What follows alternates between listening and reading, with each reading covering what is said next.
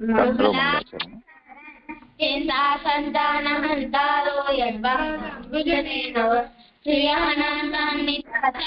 प्रणमामि मुहुर्मुहुः यदनुग्रहतो जन्तु सर्वदुःखातिगो भवेत् तमहं सर्वदा वन्दे श्रीमद्वल्लभनन्दनम् अज्ञानातिमिरान्धस्य ज्ञानाञ्जनशलाकया चक्षुरुन्मीलितं येन तस्मै श्रीगुरवे नमः नमामि हृदये शेषे लीलाक्षीराब्धिसायिनं लक्ष्मी सहस्रलीलाभिसेव्यमानं कलानिधिं चतुर्भिष्यतां सर्वे विराजते योऽसौ पञ्चदारतये मम।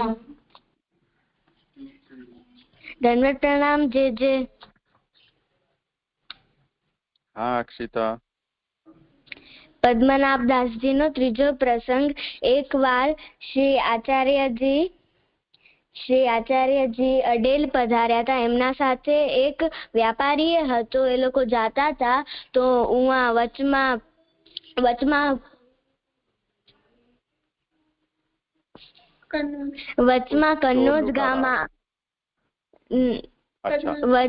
વચમાં કન્નોજ ગામ આવ્યો. તો શ્રી આચાર્યજી ગામની અંદર ગયા, પણ ઈ વ્યાપારી ગામની બારે જ રહ્યો. જ્યાં વ્યાપારી રહ્યો તો ત્યાં બહુ ચોરી વાળો ઇલાકો હતો. પછી ગામની અંદર આચાર્યજી ભોજન કરતા હતા, પ્રસાદ લેતા હતા. તો એમાં વ્યાપારી ભાગીને પદ્મનાભદાસજી આગળ આવ્યો ને કહેવા લાગ્યો કે આચાર્યજી ક્યાં છે? હું એમના ભેગો હતો ને મારો બધો સામાન ચોરી થઈ ગયો છે. તો પદ્મનાભદાસજી મનમાં વિચારવા લાગ્યા કે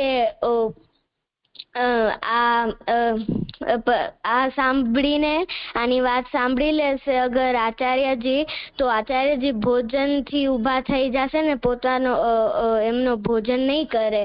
તો પદ્મનાભદાસજી એમને એક દુકાનમાં લઈ ગયા અને એમના પૈસા દઈ દીધા જેટલો એમનો સામાન ચોરી થયો હતો, અને એમને પોતા ઉપર જ ઉધારી લગાવી દીધી. અને પદ્મનાભદાસજી જયારે આચાર્યજી આગળ આવ્યા તો આચાર્યજી એમને પૂછ્યું કે તું ક્યાં ગયો તો? તો પદ્મનાભદાસજી એમને કીધું કે કાંઈ નહીં, હું અહીંયા જ હતો, કામથી અહીંયા જ ગયો હતો. આમાંથી આપણે એ શીખ મળે છે કે આપણે ગુરુને અને ઠાકોરજીને કષ્ટ ન દેવો જોઈએ. જેમ કે પદ્મનાભદાસજીએ આચાર્યજીને નતો દીધો. આમાંથી શબ્દ છે ક્ષત્રિય. ચાર વર્ણ હોય છે: બ્રાહ્મણ, ક્ષત્રિય, વૈશ્ય અને શૂદ્ર. એમાંથી બીજો ક્ષત્રિય છે. ક્ષત્રિય હોવા માટે માતા પિતા એક જ વર્ણના હોવા જોઈએ. એમના સંસ્કાર જન્મથી બુરા હોવા જોઈએ, અને એમનો કર્મ એ ક્ષત્રિયનો હોવો જોઈએ, અને એમનો ધંધો એ ક્ષત્રિયનો હોવો જોઈએ. જે થઈ ગયું. અચ્છા, બહુ સારું. દંડવત પ્રણામ જે. હા ઋત્વી.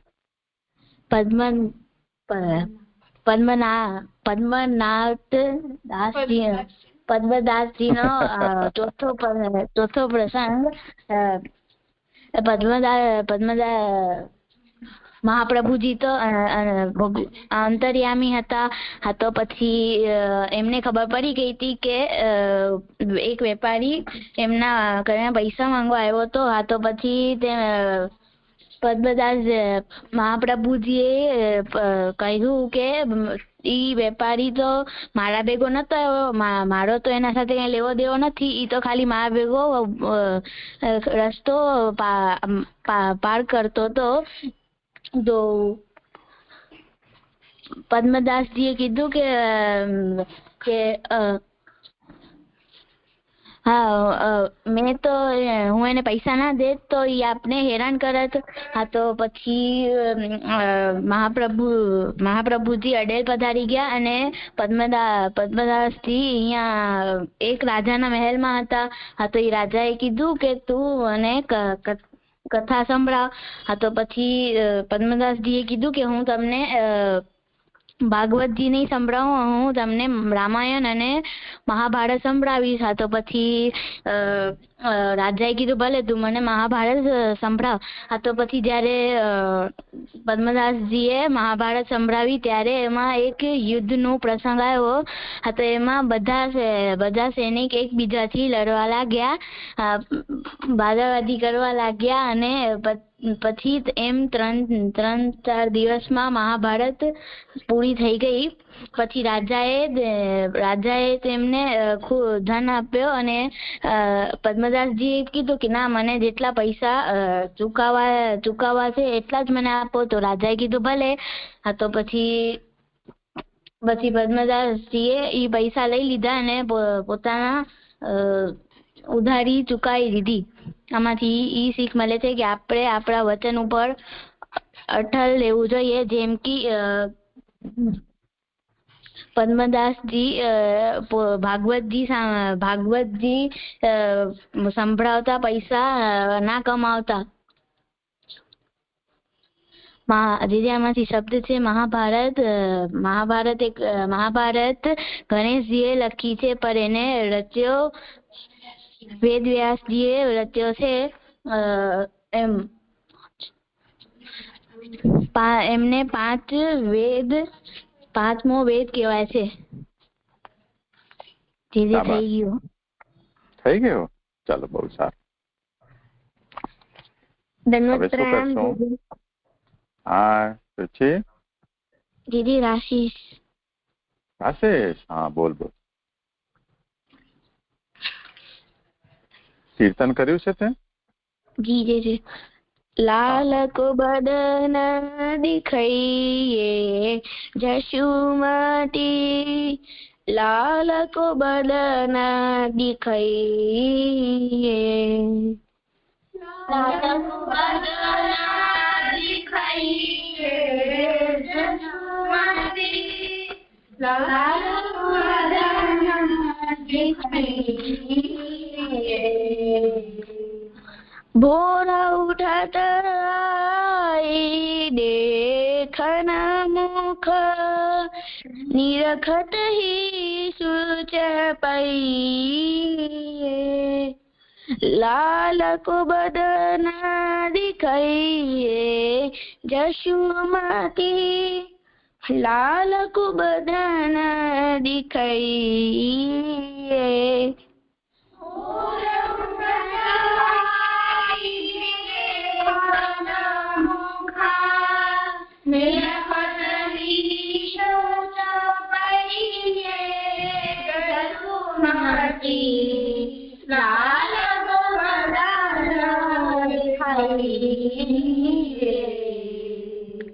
उमड़ी रही घटा चौदिशते, बेगी तुरत उठी गई,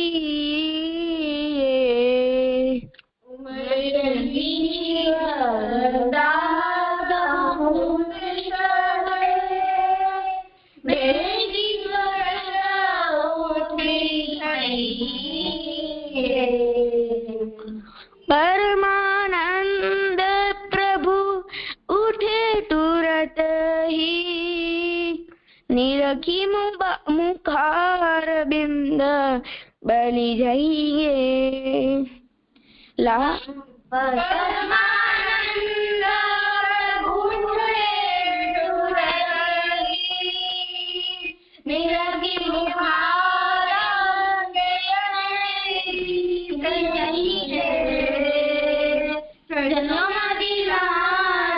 को बदन दिखाइए, लाल को बदन दिखाइए जशुमती, लाल को बदन दिखाइए.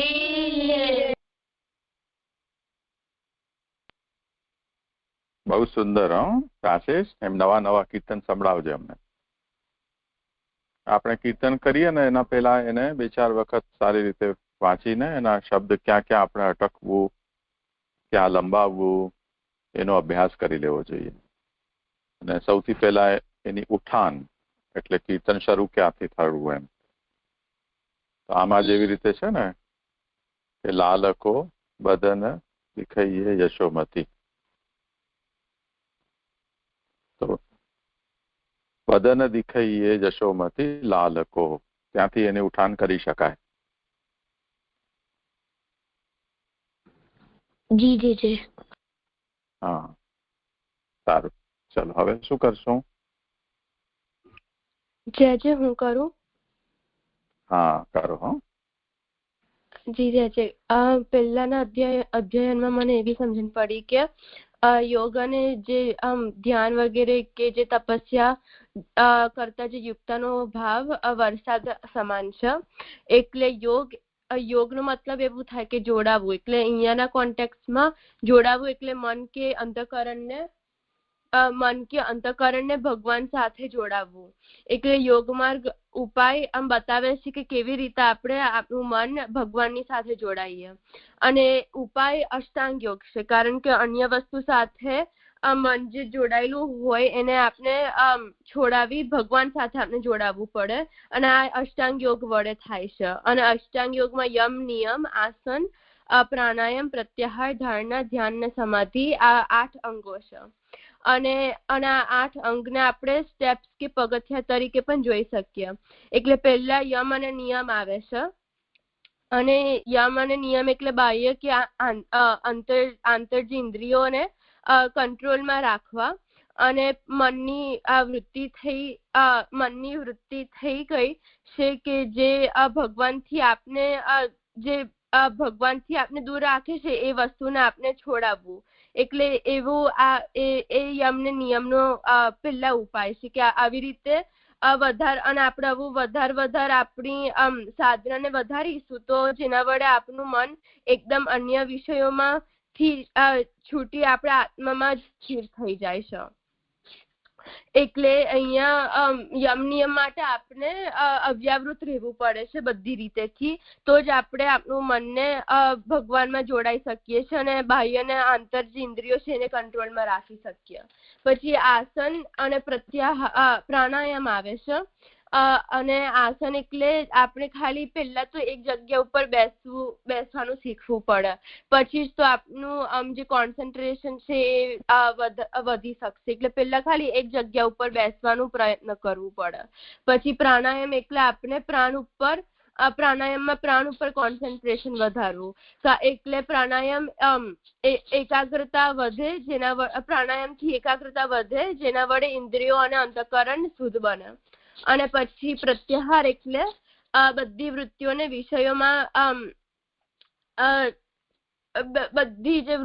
વિષયોમાં જોડતા આપણે રોકવી. એટલે એના વડે આપણું વધારે કોન્સન્ટ્રેશન વધે અને બીજી બધી વસ્તુમાં ના જાય. અને ધારણા એટલે એક વસ્તુ ઉપર કોન્સન્ટ્રેશન આપણે પહેલા ડેવલપ કરવું. એટલે કશા વસ્તુને માધ્યમ બનાવીને આપણે એના ઉપર પહેલા એકાગ્રતા સ્થિર કરવી. એટલે એ ભગવાનનું સ્વરૂપ પણ હોઈ શકે કે કોઈ ઓમકાર કે એવું કશું પણ હોઈ શકે, જેના વડે આપણે પહેલા કોન્સન્ટ્રેશન ડેવલપ કરવું. અને ધારણામાં આપણે પ્રયત્ન રિક્વાયર થાય છે, પ્રયત્નપૂર્વક ધ્યાન, એ ધારણા છે. પછી જે ધ્યાન છે એમાં ખાલી એનો એટલો જ ફેર છે કે પ્રયત્ન વગર ભગવાન આપના મનમાં સ્થિર થઈ જાય. એટલે ધારણામાં જેવી રીતે આપણે એક વસ્તુને માધ્યમ બનાવીને એના ઉપર કોન્સન્ટ્રેટ કરવું પડે છે, પણ ધ્યાનમાં એ કશું વસ્તુની જરૂર નથી. આપની આંખની સામેના વસ્તુ હોય કે ના હોય તો પણ આપણે જે ધ્યાન છે કે જે કોન્સન્ટ્રેશન છે એ પોતાની રીતે આવી જ જાય છે. કશું મૂર્તિ કે કોઈ ઓમકાર એની જરૂર નથી હોતી. પછી સમાધિ એટલે હવે યોગીનું મન વિષયાકાર બની જાય છે. એટલે જે ધ્યેય અને ધ્યાન છે, ધ્યાન એટલે જે કોન્સન્ટ્રેશનની કન્ડિશન, ધ્યાતા એટલે જે કોન્સન્ટ્રેટ કરતું હોય એ, અને ધ્યેય એટલે જે વસ્તુ ઉપર કોન્સન્ટ્રેશન થતું હોય એ. તો આ જે ધ્યાન, ધ્યેય અને ધ્યાન, આ જે વચ્ચેનો જે ડિફરન્સ છે એનો અનુભવ હજુ કરી શકતા હોય તો એ યોગી હજુ ધ્યાન અને ધારણાના અવસ્થામાં છે. પણ જ્યારે આ ત્રણેય વસ્તુ કશા ડિફરન્સના અનુભવ થતો હોય ને બધું એક જ બની જાય તો એ સમાધિ, ત્યારે સમાધિ લાગે છે. એટલે ધ્યાતા અને ધ્યેય વિસ્મૃત થઈ જાય છે અને ખાલી ધ્યાનની જ અવસ્થા રહી જાય છે, એ સમાધિ. તો આ જ્યારે સમાધિ ની સ્થિતિ આપણે જે સમાધિની અવસ્થામાં આપણે મેળવીએ તો ત્યારે આપનું અષ્ટાંગ યોગ છે એ ત્યારે સંપૂર્ણ થાય. એટલે જે પ્રવક્તાઓ બહુ લોંગ ટાઈમ માટે યોગ કે તપસ્યા કરતા હોય, એની સાધના કરી હોય તો એવા જો ભગવત ગુણગાન કરતા હોય તો એમના ભાવ વરસાદ સમાન છે, એવું શ્રી મહાપ્રભુજી કહી રહ્યા છે. કારણ કે વરસાદનું જલ પોતે નિર્મલ અને શુદ્ધ અને એવી જ નિર્મલ અને શુદ્ધ હોય છે. તો એવી જ રીતે યોગ અને ધ્યાન જે પ્રવક્તાઓ હોય છે તો એમના પણ મનોભાવ આવા જ હોય છે, શુદ્ધ અને નિર્મલ.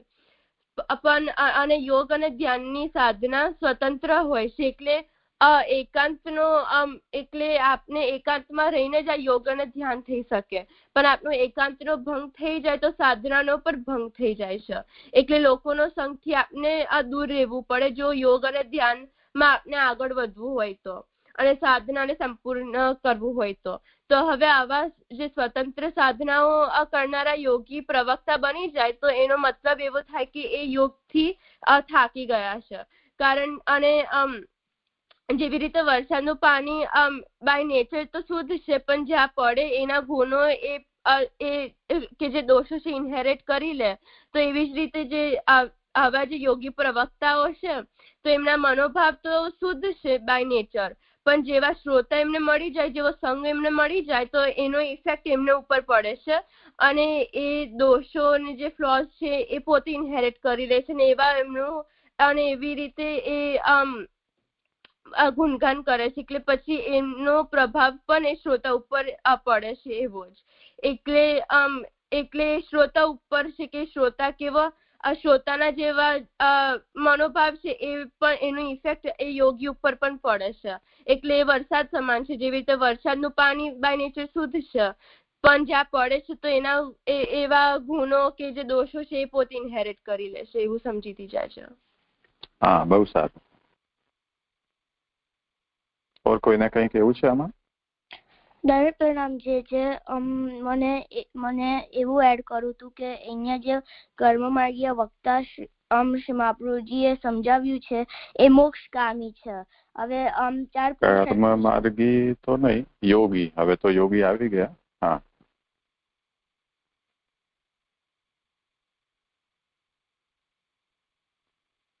હા, મોક્ષકામી છે. પછી આગળ તો હવે 4 પુરુષાર્થ હોય છે, ધર્મ, અર્થ, કામ અને મોક્ષ. તો જે મુખ્ય કામના મનુષ્યની એ હોય છે કે ભોગવવાની. એટલે કામ પુરુષાર્થ એ પ્રાઇમરી હોય છે. હવે કામ એટલે વિષયોનો કામ. હવે અનંત વિષયો છે અને એના લીધે આમની કામનાને સંતોષ નહીં મળતો અને પછી ઉત્તમ કામના એમને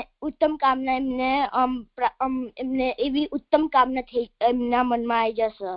તો કામ એ પ્રાથમિક પુરુષાર્થ છે અને આમના બધા પ્રયત્નો કામના માટે હોય છે. હવે કામના 3 અર્થ હોય છે, ભોગ, ઈચ્છા અને ભોગ ઈચ્છા.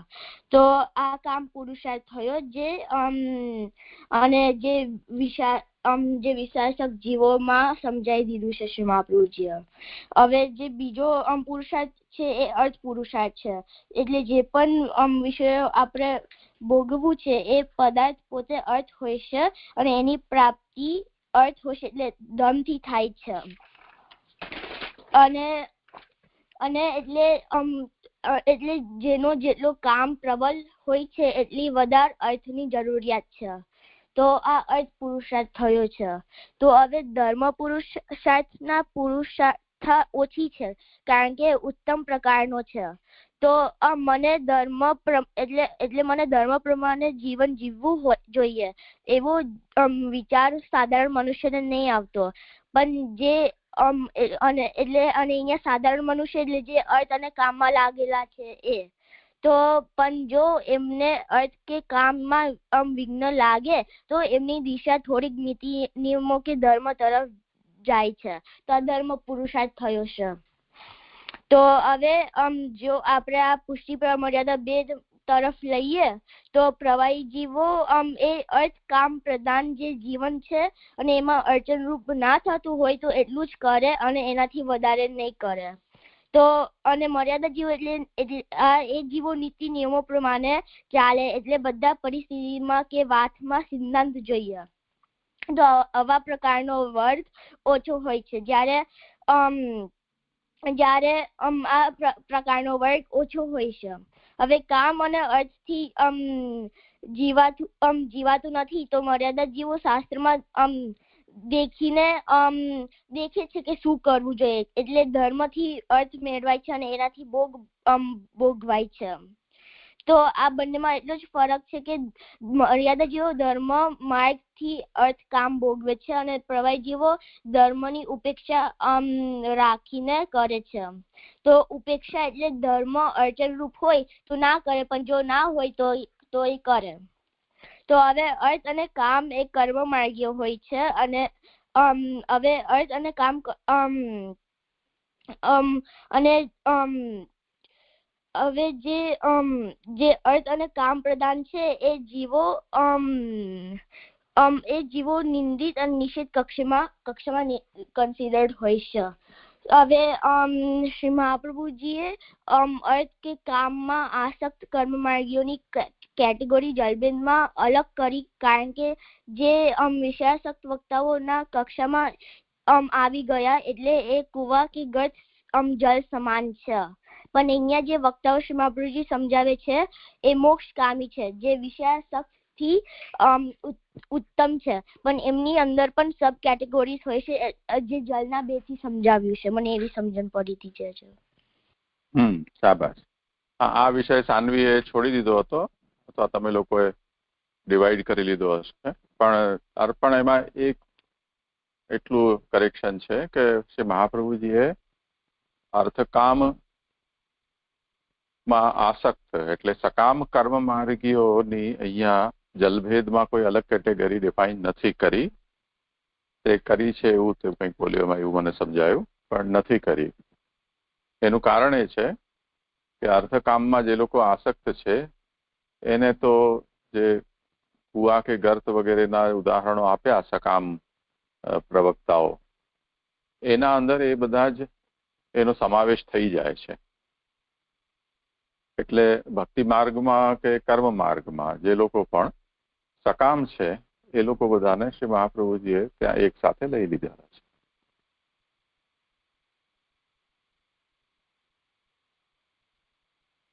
જી જે એટલે અહીંયા જે મોક્ષકામી જે કર્મ માર્ગીઓ જે છે એ અહીંયા જલભેદમાં નહીં સમજાવ્યા કારણ કે કુવાના નહીં મોક્ષકામી જ સમજાવ્યા છે.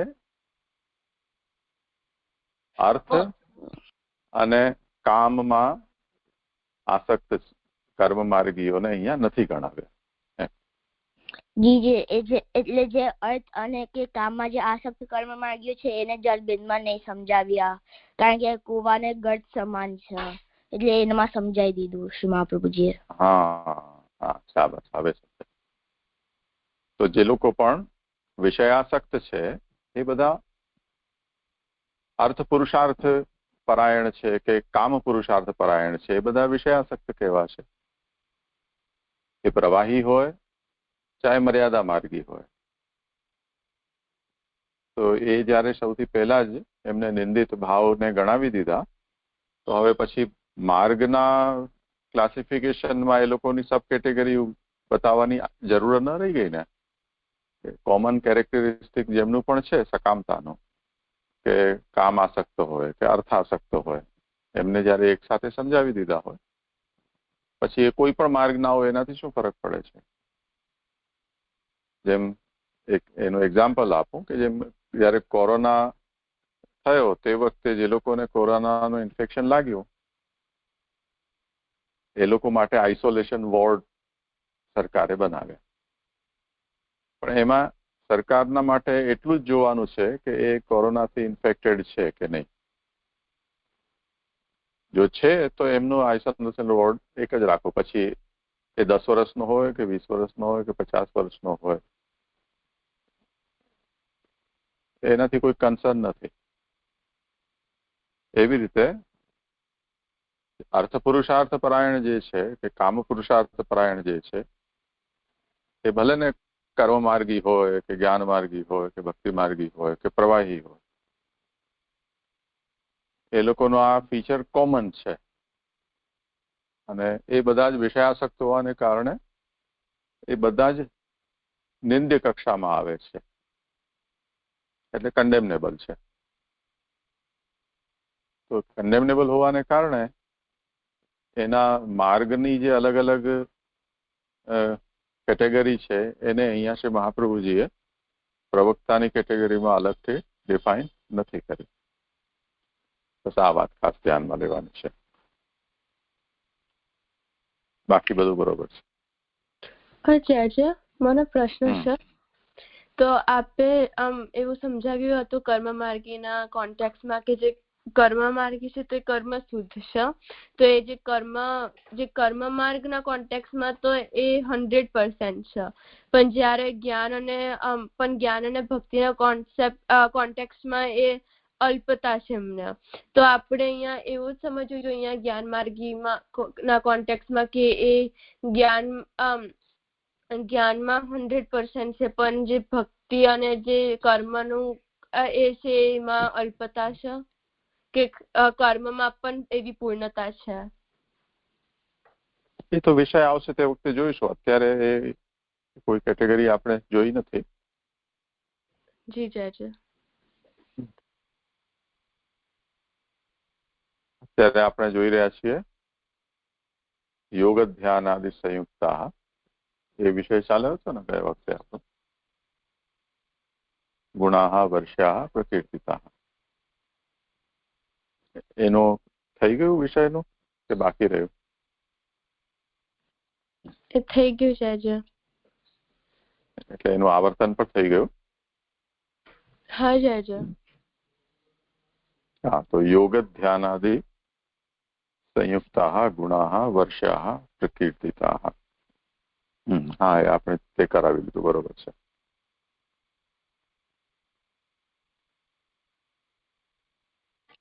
હા, હવે આગળ કોણ કરે છે? જે મને આ જો શ્લોક છે યોગ જ્ઞાન માર્ગીય વાળો, એનામાં મને પ્રશ્ન છે કે આમાં એવું કહ્યું છે કે જે શ્રોતા છે એના ઉપર આધારિત છે કે શ્રોતા, કેમ કે જે જેમણે યોગ કર્યું હશે ઈ તો એકદમ શ્રેષ્ઠ હશે, ઉત્તમ હશે, પણ જે શ્રોતા છે એના ઉપર બધું રિઝલ્ટ છે. તો જે ભક્તિ માર્ગીય છે એને આમનો શ્રવણ કરવો જોઈએ કે ન કરવો જોઈએ? હા, બતાવો સાન્વી.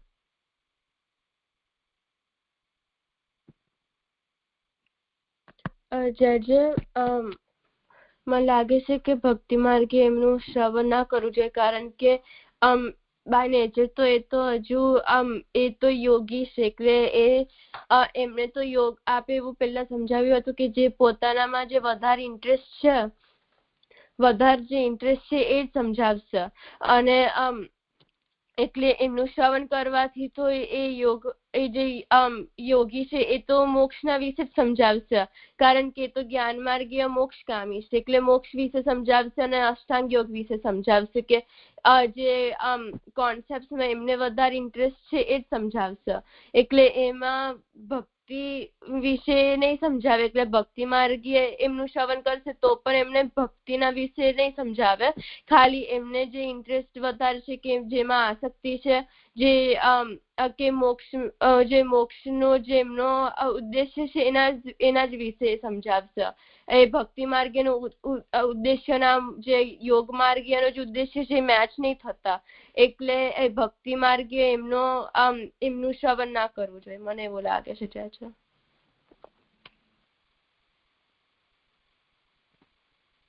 શું સમજાયું ભક્ત? તને શું લાગે છે?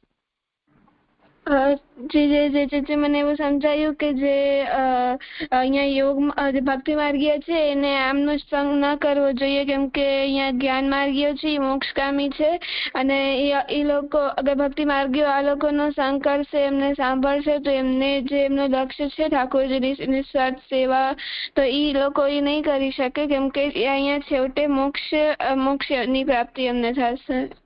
જે મને એવું સમજાયું. મોક્ષ ત્યાં સુધી જવાની કોઈ જરૂર નથી. થશે કે નહીં થાય તો બધું ભગવાનની ઈચ્છા ઉપર છે. કોઈના કોઈ સાધન કરી લેવાથી એને સાધનનું ફલ પ્રાપ્ત થઈ જાય એવો કોઈ નિયમ નથી. ફલ ભગવાનની ઈચ્છાને અધીન હોય છે. આ એક સામાન્ય સિદ્ધાંત આપણે બધાએ સમજી લેવો જોઈએ. મૂળ વસ્તુ એ છે, મેં તમને 2-3 વખત આ વાત કહી છે અને ફરીથી કહું છું કે તમે તમારા સ્કૂલના અંદર તમને જે લોકો ભણાવે છે એમના ઉદાહરણ તમે લઈ લેશો તો જલભેદના બધા જ પ્રકારો તેમાં વક્તાના તમને જોવા મળી જશે. જેમ તમને માન લો કે 7 વિષય શીખવાના હોય અને એના 7 ટીચર્સ હોય. જે વિષયનું જે સ્પેશિયલાઇઝ હોય, જેને એમાં સ્પેશિયલાઇઝેશન કર્યું હોય અથવા જેને એ વિષય ભણાવવાનો આવતો હોય એ વ્યક્તિ એના ઉપર ભાર આપે છે. તો માનો કે તમારા પીટીના ટીચર હોય. પીટીના ટીચર શું કહે છે કે આપ ભલા તો જગ ભલા. તમારું શરીર છે એ જો બરોબર રહેશે, તંદુરસ્ત હશે, ચુસ્ત દુરસ્ત હશે, સુશક્ત હશે, તો તમે કોઈ પણ ફિલ્ડમાં સક્સેસફુલ થઈ શકશો. એટલે તમારે પૂરું ધ્યાન તમારી ફિઝિકલ ફિટનેસ ઉપર આપવું જોઈએ. એ કોઈ પણ વાત આવશે એ ગોલ ફરીને એને ત્યાં જ આવશે. ફિઝિકલ ફિટનેસ જોઈએ. જો તમારો સંગીત હશે, સંગીત વાળો એમ કહેશે કે ભાઈ તમને આંતરિક શાંતિ કે તમારા જીવનમાં એક જાતની હાર્મોની એ જો તમને જોઈતી હશે તો તમને આ સંગીતથી જ મળી શકે. તો જેમ આપણે જગદીશચંદ્ર બોઝનો એક્ઝામ્પલ છે કે વૃક્ષોને પણ સંગીત સંભળાવવામાં આવે તો વૃક્ષો આનંદિત થઈ જાય છે, વધારે પ્રફુલ્લિત થાય છે, એમના અંદર વધારે ફૂલ ફલ આવે છે.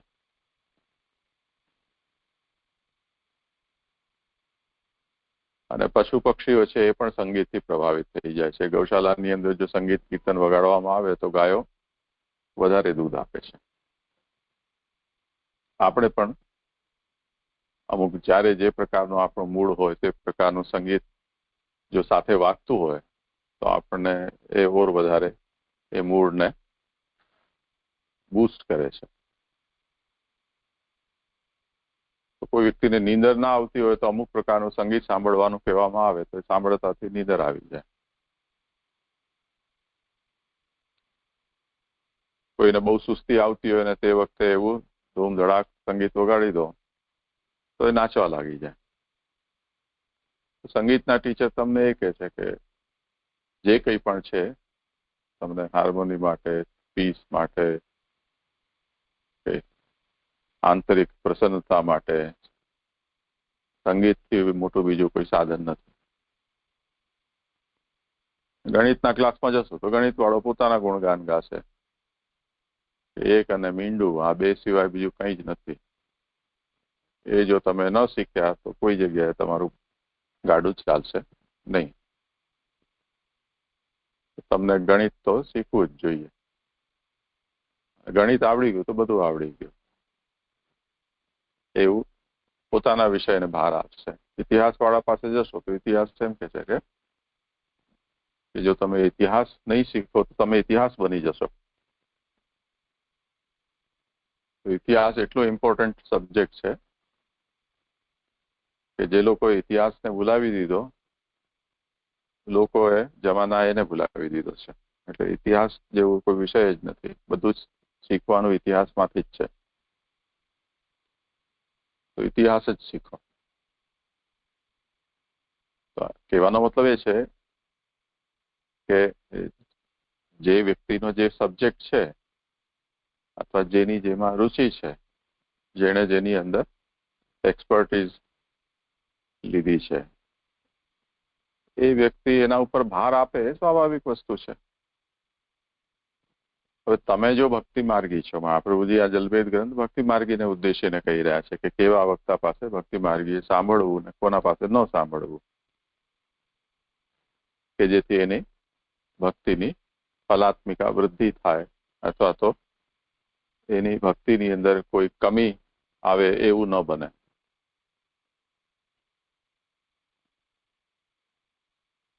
તો યદિ કોઈ યોગ ધ્યાનમાં જોડાયેલો છે,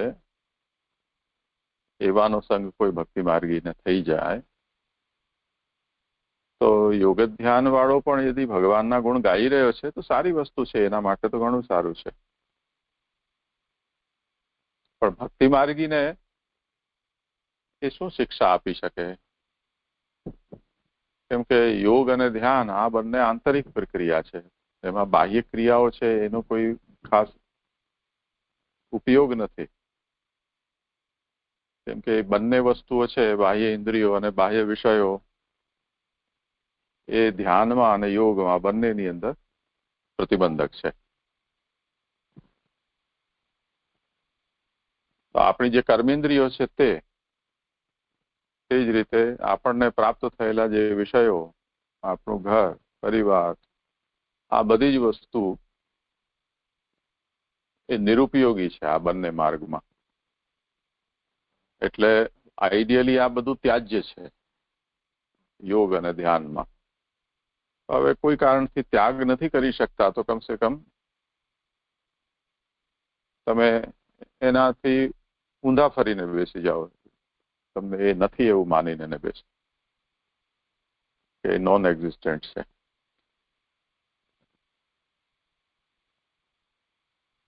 તો જે પર ભક્તિ માર્ગી જે ભગવત સેવા, સ્મરણ, કીર્તન, સત્સંગ, ભગવત લીલા સ્થળો છે એનું પર્યટન, અવગાહન, સેવોપયોગી વિવિધ પદાર્થો છે એનો સંગ્રહ સંરક્ષણ કરી રહ્યો છે, એનો વિનિયોગ પ્રભુમાં કરી રહ્યો છે, કરવા માંગે છે, આ બધી જ વસ્તુઓ છે એ યોગ સાધક છે કે જે ધ્યાની છે એના માટે આ બધા અરુચિના વિષયો છે. એ દરેકની અંદર જો કરશે તો એ યોગ અને ધ્યાન જ વિચારશે. કે તમે જેમ ધ્યાન હોય એનો એ પ્રિન્સિપલ છે કે કોઈ એક વિષયને પકડો તમે, તો જ તમે ધ્યાન સાધી શકો, નહીં તો ન લગાવી શકો. તે જ રીતે યોગમાં સારી વસ્તુ એ છે કે કોઈ પણ વસ્તુ તમને તમારી સામે ન હોય, પણ જો તમે કોઈ વસ્તુ વિના ધ્યાન ન સાધી શકતા હો તો ખાલી સહારા માટે તમે ઓંકાર છે કે દીપશિખા છે કે કોઈ દેવતાની મૂર્તિ છે એને તમે તમારી સામે મૂકો પ્રતીકના રૂપમાં. પણ એટલા માટે નહીં કે તમારું એ સાધ્ય છે, તમને એને પ્રાપ્ત કરવાનું છે, પણ એટલા માટે કે એ સ્થાનમાં તમારું મન જલ્દી એકાગ્ર થઈ જઈ રહ્યું છે, પણ એને પકડી નથી રહેવાનું, એને ભૂલી જવાનું છે. પછી યોગ આપણને એ શીખવાડે છે. તો આ તો બેસિક ટેન્ડન્સી છે યોગની અને ધ્યાનની. તો ધ્યાનની અંદર જેમ આપણે ઠાકોરજીને ખીલાવવા છે તો અલગ અલગ રંગો કેમ આપણે લઈશું, તો એમાં આપણને આનંદ આવશે. પણ ધ્યાની હશે એમ કે છે કે નહીં, આમાં પણ તમારે જો ધ્યાન સિદ્ધ કરવું હોય તો અલગ અલગ રંગથી તો તમારી એકાગ્રતા ભંગ થશે, એટલે અલગ અલગ નહીં રંગવાના, એક જ રંગ કરવાનો. શૃંગારમાં પણ અલગ અલગ રંગના શૃંગાર નહીં, એક જ સરખા શૃંગાર રાખો. તાજ વસ્ત્ર વગેરેની અંદર પણ એવું જ રાખો. એમાં પણ ભગવાનમાં ધ્યાન આપો, આ બધામાં ધ્યાન તમારું ન રાખો. ભગવાનના પણ અલગ અલગ લીલા કે જે અવસ્થાના સ્વરૂપો છે એ નહીં, પરંતુ કોઈ એક જ નિશ્ચિત સ્વરૂપની અંદર તમે તમારું ધ્યાન કેન્દ્રિત કરો. તો જે વિવિધતા છે એના પ્રત્યે યોગીને પણ દ્વેષ છે અને ધ્યાનીને પણ દ્વેષ છે.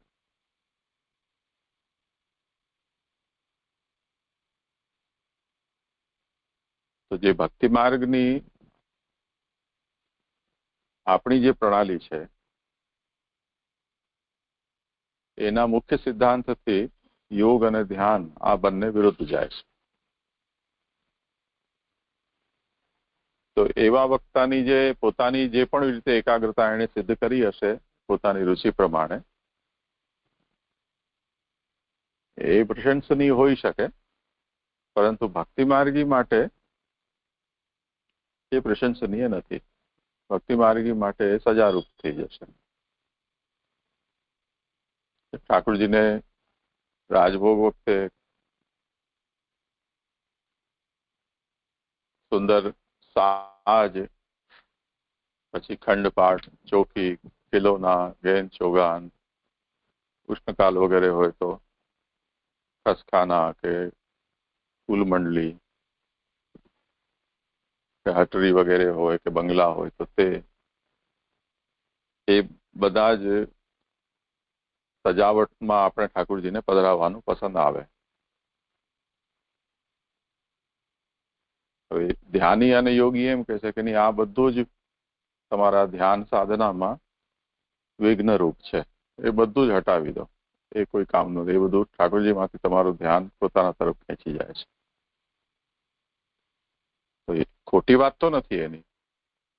જો ધ્યાન લગાવવું હોય તો આ બધું વિક્ષેપજનક થશે જ, પણ જે આપણી પાસે છે એ ઠાકોરજીને આપણે આનંદ પ્રાપ્ત થાય, આપણું સમર્પણ થાય, એટલા માટે આપણે આ અંગીકાર કરાવી રહ્યા છીએ. તો આપણો એપ્રોચ અલગ છે ને એનો એપ્રોચ આ બધા માટે અલગ છે.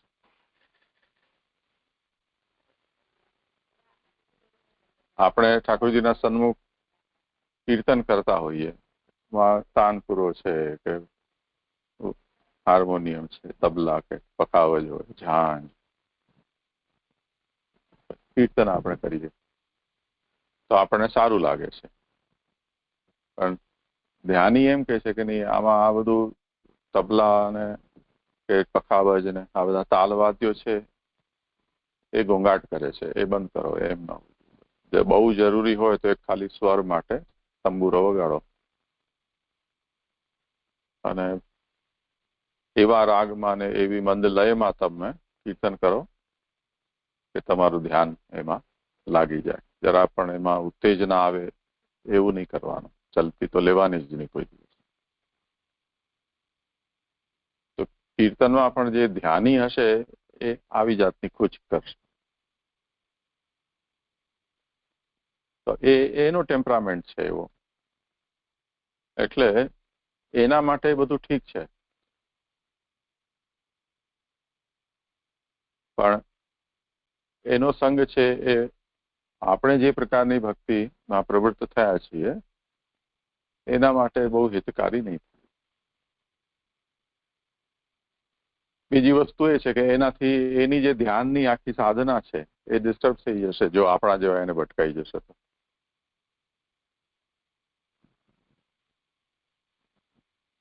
એટલે તમે કોઈ વખતે જોયું હોય, પ્રાચીન જે સાધકો, જે અસલી સાધકો છે એ તો સમાજમાં હોતા નથી, કેમ કે આ બધી સાધનાઓ એકાંતની છે. અત્યારે જે યોગ કે ધ્યાનના નામે એવો મેડિટેશનનો હલ્લો ચાલે છે, તે રીતે જે સેન્ટર્સ એના ચાલતા હોય એમાં તમે જાઓ તો એમના જે કંઈ પણ હોલ હોય એકદમ ખાલી હોય. લાઇટ પણ એકદમ મિનિમમ લાઇટ હોય, ખાલી તમે ક્યાંક ઠોકર ખાઈને કોઈને ભટકાવો નહીં, કોઈના માથે પડો નહીં એટલી જ. અને એમને જે કંઈ પણ એવું જણાયું હશે તે એના શેપ પણ પિરામિડ જેવા અને એવા વિચિત્ર બધા એની સીલિંગ, હોલનો આકાર એ જાતનો હોય. અને સામે કોઈક એવું ચિત્ર બનેલું હોય ઓમકારનું, કે કોઈ ટપકું મૂકી દીધું હોય, કોઈ દીવો પ્રગટાવી દીધો હોય, કોઈએ બોલવાનું નહીં, કુસર કરવી નહીં, ચૂપચાપ આવવાનું, ચૂપચાપ ચાલ્યા જવાનું. એકદમ સ્મશાન જેવી શાંતિ ત્યાં આપણને અનુભવાય. હવે ધ્યાન માટે ઠીક વસ્તુ છે, એ સહાયક થતી હોય.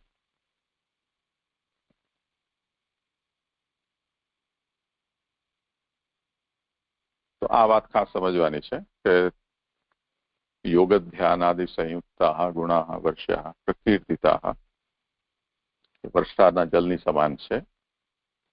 પણ જેમ વરસાદનું જલ જ્યાં સુધી ઉપર ભૂમિનો સંસર્ગ થતો નથી ત્યાં સુધી તો એ શુદ્ધ પવિત્ર શીતલ હોય છે, પણ જેવો ભૂમિનો સ્પર્શ થાય તો એ ત્યાંના ગુણ છે એ પોતે એક્વાયર કરી લે છે.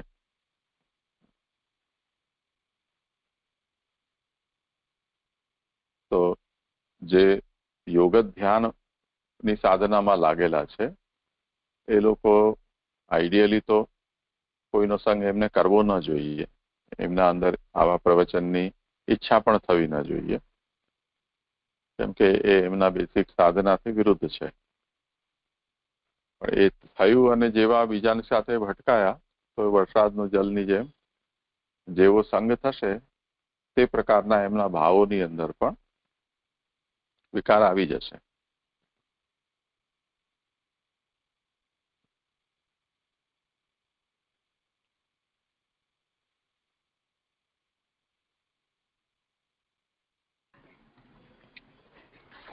જી જે મને એવું સમજાયું કે જે યોગીઓ છે એ લોકો એકાંત વાસ કરે છે અને એ લોકોનો જે પણ એ લોકોના નિયમ છે એ જે ભક્તિ માર્ગીય જે કરે છે એના કરતા એકદમ વિરુદ્ધ છે. જેમ સ્કૂલમાં અલગ અલગ સબ્જેક્ટ હોય છે ને એને સમજાવવા માટે અલગ અલગ ટીચર હોય છે, તો કોઈ પણ સાયન્સના ટીચર હિન્દીનું આમ નહીં સમજાવી શકે, તો અને હિન્દીના ટીચર સાયન્સનું નહીં સમજાવે. એવી રીતે અહીંયા આપણે સમજી શકીએ કે જે યોગીઓ છે એ લોકો ભલે ભગવત ગુણગાન કરતા હશે પણ એ લોકોમાં વિવિધતા નથી, એ લોકોના જે વિચારમાં વિવિધતા નથી. એ લોકો અલગ અલગ પ્રકારના એમ નહીં કરે, બસ એક જ વસ્તુને માનીને એને ધ્યાનમાં રાખી અને એના પર આમ કન્સન્ટ્રેશન કરીને આગળ વધવાનું કહેશે. તો જેમ કે પછી આપણે એક્ઝામ્પલ આપ્યું કે જેમ પુષ્ટિ માર્ગીય એનું સંગ કરશે તો પછી એ કહેશે કે ના તમે ઠાકોરજીને એક જ પ્રકારના વસ્ત્ર ધરાવો, એક જ પ્રકારના શૃંગાર કરો. તો આપણે તો પ્રભુને આપણા પાસે જે છે એ તે વસ્તુ જે ઉત્તમ વસ્તુ છે એ પ્રભુને સમર્પિત કરવા માટે ધરાવીએ છીએ. તો એ વસ્તુ ત્યાં નહીં થાય. તો જે આવી રીતે તો પુષ્ટિ માર્ગીને નુકસાનકારક થઈ જશે અને સજારૂપ પણ થઈ જશે. તો તો પુષ્ટિ માર્ગીને આનો સંગ ના કરવો જોઈએ. અને જે મેઇનલી જે ધ્યાની કે યોગી હોય છે એ લોકો આવી રીતે પ્રવક્તાની જેમ નથી કહેતા, કેમ કે એ લોકોનો એકાંતવાસ જ હોય છે. એ લોકો મોટા યોગ અને એમનો સંગ પણ નથી કરતા, એટલે કે કોઈનો સંગ નથી કરતા, એકદમ એકાંતવાસમાં હોય છે. પણ ક્યારેક તે યોગીઓ પણ બહુ જ આમ પોતાનો નિયમ બંધ એક જ જગ્યાએ રહીને એકદમ એકલા થઈ જતા હોય અને એમનાથી છૂટી જાય કે એમની ઈચ્છા દબાઈ ગઈ હોય, એ બહાર આવી જાય તો એ લોકો આવી રીતે સંગ કરે છે કે પ્રવક્તા કરે છે, તો એમનો ભાવ એવી રીતે ચેન્જ પણ થઈ શકે છે. તો પછી જે વરસાદ જેમ પહેલા એકદમ શુદ્ધ હોય છે ભૂમિ ઉપર પડવા પહેલા, પણ જ્યારે ભૂમિનો સંગ એના પર આવે છે તો એનામાં જે સ્થાન જેવો છે એ પ્રમાણે એનો જળ કહેવામાં આવે છે. તેમજ આ યોગીઓ છે એ લોકો જેનો સંગ કરે છે, જે શ્રોતા છે એના ઉપર આખો એમનો રિઝલ્ટ આવે છે. જે મને એવું સમજાયું. હા, ઠીક છે.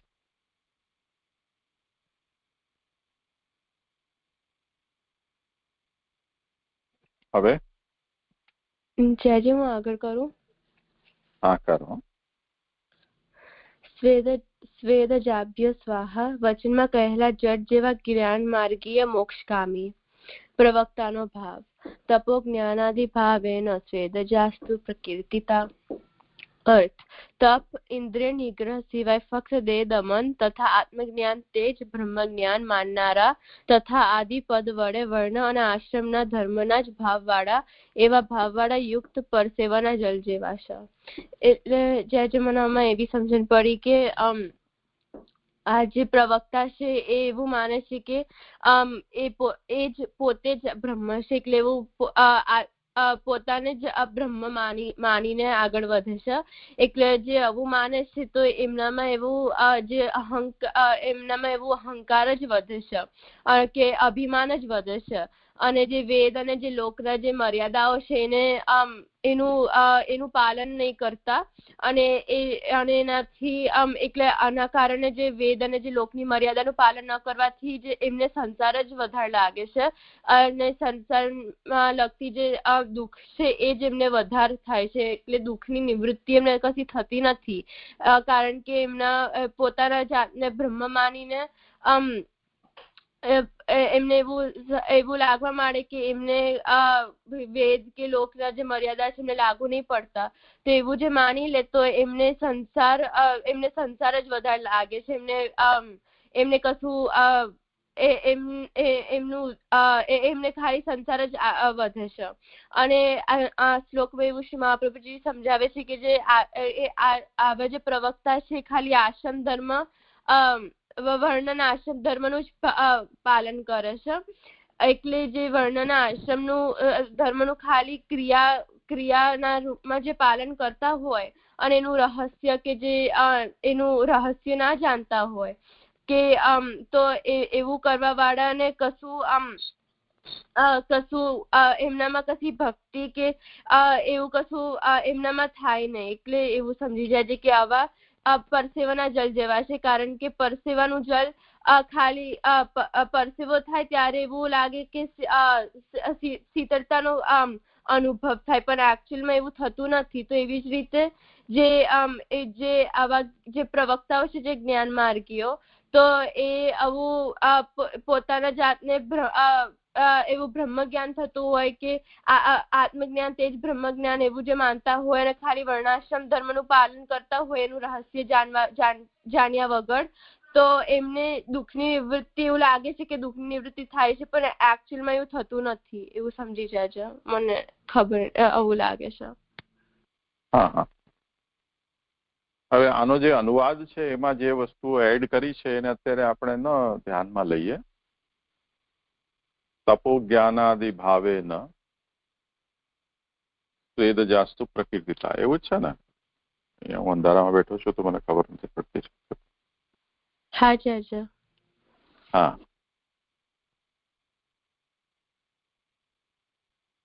તો ફરીથી ધ્યાનથી સમજો આમાં કે જેમ આપણે આના પહેલાના જે પ્રવક્તાઓના ભાવ જોયા એમાં કર્મ માર્ગના એક પ્રવક્તાને મહાપ્રભુજીએ આજ્ઞા કરી કે આને આવા જલ પ્રમાણે સારા ખાવા અને એમાં જો અમુક પ્રકારના ગુણો વધે કે ઘટે તો એને આ જલ પ્રકારે લેવા સારા કે ખરાબ જલ પ્રમાણે. તો એક જ કેટેગરીને મહાપ્રભુજી પકડીને અને પછી એની સબ ટાઈપ્સ બતાવતા જઈ રહ્યા છે. અત્યાર સુધીનો જે ટ્રેન્ડ છે એ આવો છે. હવે અહીંયા પણ તમે જુઓ તો ધ્યાનથી કે આના પહેલા યોગ ધ્યાનાદિ સંયુક્ત ગુણા વર્ષા પ્રકીર્તિતા એમ આજ્ઞા કરી કે જે લોકો યોગ અને ધ્યાનથી સંયુક્ત છે એટલે યોગ અને ધ્યાનનો ની સાધના કરનારા છે એને વરસાદના જલ સમાન સમજવા. તો એ પ્રિઝ્યુમ કરીને એને ચાલી રહ્યા છે અહીંયા કે આ જે એટલે બીજા 8મા શ્લોકની જે બીજી પંક્તિ છે એની સાથે આને જો વિચાર કરીએ તો કે આ યોગ ધ્યાન વાળા જે છે એ તપસ્વી પણ છે અને જ્ઞાની પણ છે. તો અમુક સાધના છે એ સાધનાનો નેચર એવો હોય છે કે જેની અંદર આ બધી વસ્તુઓને આપણે એના સાથે ગણ્યા વિના ચાલે નહીં. જેમ તમે એમ કહો કે મેં વઘાર કર્યો તો વઘાર કર્યો એનો મતલબ એ થયો કે ઘી કે તેલ એ એનું બેસિક રિક્વાયરમેન્ટ રહેશે. પછી અંદર તમે રાઈ, જીરો કે હિંગ કે લાલ લીલા મરચા કે લીમડો કે મેથી, અડદની દાળ કે ચણાની દાળ, આ બધા એના બીજા કોમ્પોનેન્ટ છે. હવે તમે જે બનાવતા હોય એમાં જે વસ્તુ અનુરૂપ હોય તે એની અંદર કરવી પડે. તો સામાન્ય તે રાઈ, જીરા, હિંગ, તેલ કે ઘી, આ રીતે એક સામાન્ય પ્રકારનો વઘાર છે.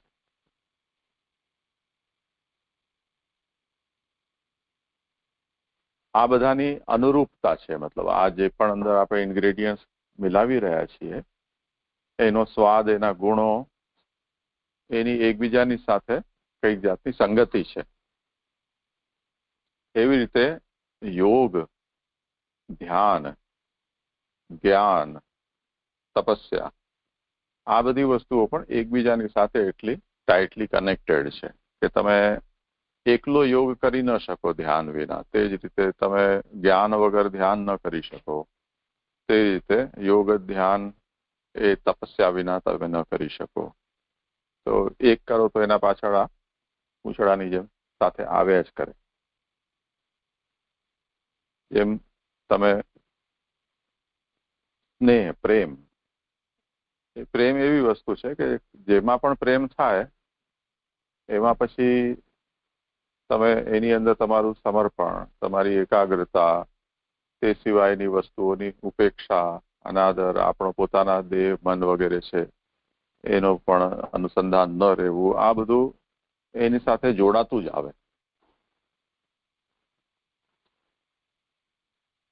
એવી રીતે યોગ ધ્યાનની સાધના પણ એ જાતની છે કે જેમાં લેટર ઓર સુનર અથવા તો વધુ કે ઓછી માત્રામાં આ બધી જ વસ્તુઓની આવશ્યકતા રહે છે. હવે એટલે જે સાધના છે એની આ રિક્વાયરમેન્ટ છે, પણ કોઈ સાધકની કમજોરી હોય એને કારણે એ બીજા એલિમેન્ટ એની અંદર ન ઇન્કોર્પોરેટ કરી શકે તો એની સાધના એટલી કમજોર રહેશે. જેમ તમે કોઈ આર્ટની લાઈન તમે પકડીને ચાલો તો એની અંદર અમુક સબ્જેક્ટ છે એ તમારા માટે કમ્પલસરી હોય, અમુક વસ્તુ ઓપ્શનલ હોય. તે જ રીતે સાયન્સ, કોમર્સની અંદર પણ એવું જ હોય છે. કેટલાક કમ્પલસરી હોય, કેટલાક ઓપ્શનલ હોય.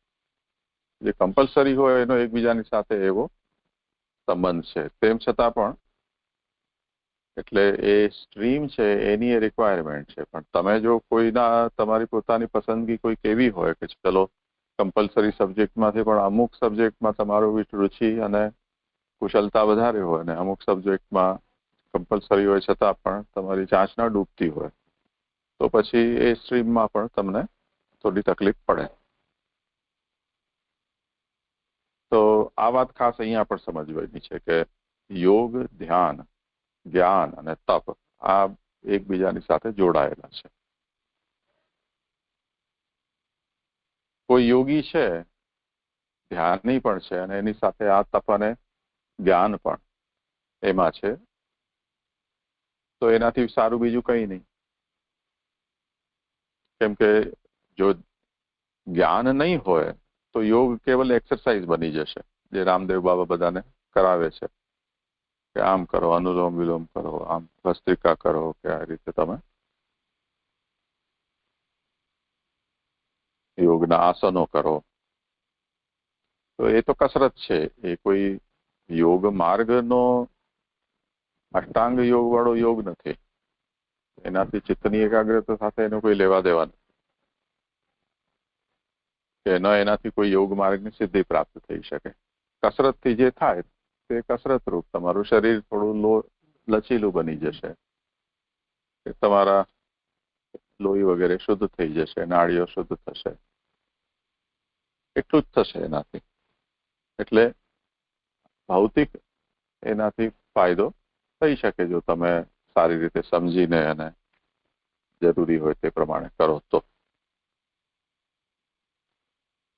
તો જ્ઞાન અને તપ સહિત જો તમારું ધ્યાન અને યોગ છે તો એ ઉત્તમ વસ્તુ છે. એટલે એને અહીંયા વર્ષાજલની સમાન કહ્યા છે. તો વર્ષાજલ જ્યારે કહ્યું તેની અંદર એક કક્ષામાં એ યોગી જ્ઞાન અને તપથી પણ યુક્ત છે.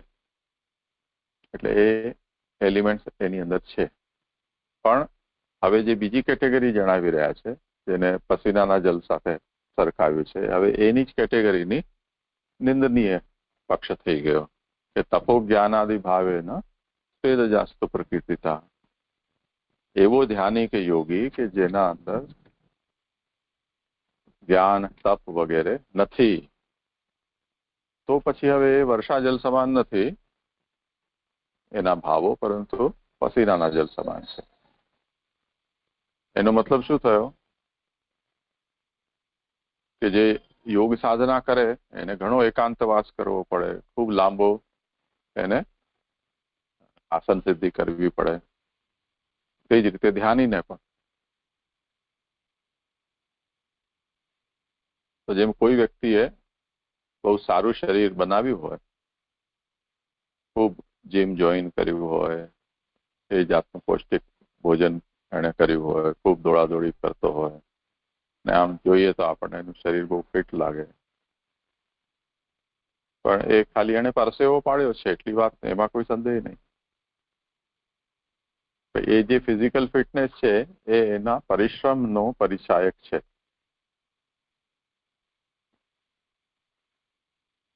પછી વાત કરીએ અને મોઢું ખોલતાની સાથે જ એની વાણી એવી નીકળે બેવકૂફ જેવી, તો પછી આપણને માથું કૂટીએ કે અરે પહેલવાની કરી છે, બીજું કંઈ કર્યું નથી આણે. અમારી સાથે એવું થયું હતું. એક વખત પુષ્ટિ સિદ્ધાંત ચર્ચા સભાનું આયોજન થયું. એની અંદર બધા આચાર્ય બાળકો છે એમને જે પુષ્ટિ માર્ગની તે વખતની સમસ્યા આજે પણ છે એ વિચાર માટે મોકલી અને કહ્યું કે આ વિષયમાં મહાપ્રભુજી વગેરે પૂર્વાચાર્યો આમ આજ્ઞા કરે છે ને આપણે જે કરી રહ્યા છીએ એ બધું એનાથી બિલકુલ ઊંધું છે, તો સાચું શું એ જણાવો. તો કેટલાક લોકોએ તો ચર્ચા માટે આવીને એમણે પોતપોતાની વાતો મૂકી, પણ એક આચાર્ય વંશે જતા ગોસ્વામી એમણે એમ કહ્યું કે આ બધા પ્રશ્નોનો જવાબ કાગળથી આપવા કરતા એના માટે આપણે કુસ્તીનું આયોજન કરવું જોઈએ ચર્ચા કરવા કરતા, અને જેને પછાડી દે જીતે. પૂરી સભા છે બહુ હસી એમના ઉપર. એમને એમ લાગ્યું કે મેં બહુ જ આમ જોરદાર વાત કરી દીધી છે, પણ હવે બિચારા શું કરે, એમણે જીવનભર પહેલવાની જ કરી હતી. તો એમણે માર્ગના સિદ્ધાંતની ચર્ચા પણ કુસ્તીથી જ એનો અંત લાવવો એવું એમણે વિચાર્યું. એટલે તાત્પર્ય એ છે કે જેમના અંદર જ્ઞાન નથી, જેમના અંદર તપ નથી. તપનો મતલબ થાય છે બે. એક શારીરિક તપ છે, એટલે ઠંડી ગરમી સહન કરવી, ભૂખ પ્યાસ સહન કરવી, આવું બધું. અને એક ચિંતન તપનો એક એ અર્થ થાય છે. તો અહીંયા ચિંતનાત્મક તપ સમજવું જોઈએ. એટલે જેને ચિંતન નથી કર્યું, જેને જ્ઞાન પ્રાપ્ત નથી કર્યું, એવો જો કેવલ જ્ઞાન અને ધ્યાન પરાયણ છે, એવો પ્રવક્તા યદી કોઈને ભટકાઈ જાય તો એનું જ્ઞાન ધ્યાન છે, એને ખૂબ પરિશ્રમ કર્યો છે, મજૂરી કરી છે, એ તો બતાવશે, પરંતુ એના મોઢામાંથી નીકળેલી જે પણ વાણી છે એ જેમ પસીનાનું જલ કોઈને કામનું હોતું નથી, એવી રીતે ભક્તિ માર્ગી માટે પણ એમની વાણી પસીનાના જલ તુલ્ય ગંધાતી અને નિરુપયોગી સમજવી જોઈએ. સમજાયું આ વિષય? આજે થોડો સમય થઈ ગયો છે, હવે પછી સુબોધનીજી પણ છે, તો અહીંયા આજે વિરામ રાખીએ. કાલે એનો સારી રીતે સમજી સાંભળીને આ વખતે કરજો.